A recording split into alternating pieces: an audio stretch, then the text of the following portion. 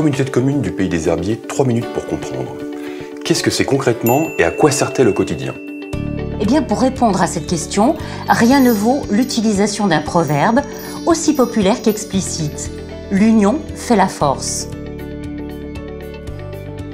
Le principe de l'intercommunalité repose sur la mutualisation des moyens, des services et des équipements.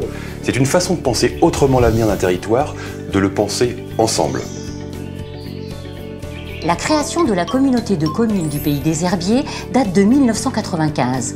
Elle est composée de 8 communes: Borpère, Les Épaisses, Les Herbiers, Ménard-la-Barrotière, Mouchamps, Saint-Marc-la-Réorte, Saint-Paul-en-Paray et Vendrennes. Sa superficie est de 25 000 hectares et sa population avoisine les 28 000 habitants. L'intercommunalité gère aujourd'hui un budget de 42 millions d'euros et emploie une cinquantaine d'agents. Quelles sont ses missions?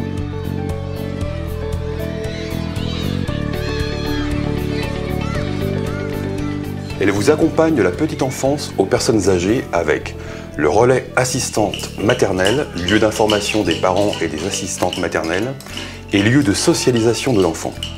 La prévention routière qui forme nos enfants aux règles de circulation à pied et à vélo. La programmation culturelle jeune public qui permet aux enfants d'assister à un spectacle par an.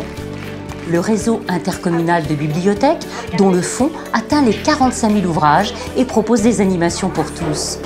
Le centre local d'information et de coordination gérontologique, le CLIC, qui est un lieu d'écoute pour les personnes âgées et leurs familles, de coordination et d'animation.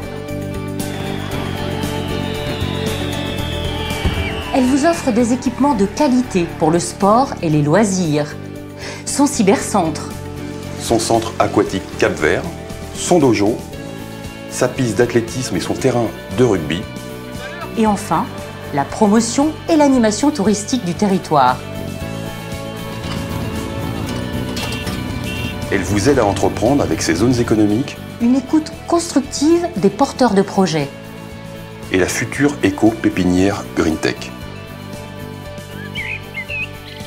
La communauté de communes veille enfin à préserver chaque jour notre environnement. Avec le tri et la collecte des déchets, dont l'objectif est de réduire les déchets à la source et d'optimiser leur tri et leur recyclage. Sa politique d'encouragement à économiser notre énergie, à privilégier des énergies renouvelables, à construire de façon économe. La reconquête de la qualité de l'eau du bassin de la Buletière via le programme européen LEADER. Adopté en 2009, l'Agenda 21 est la feuille de route de cette politique de développement durable, récompensée au niveau national. Par la mutualisation des moyens, l'intercommunalité permet d'offrir à chaque habitant les mêmes services. Elle veille à répondre aux besoins de ses concitoyens et à conduire des politiques publiques cohérentes à l'échelle de notre bassin de vie.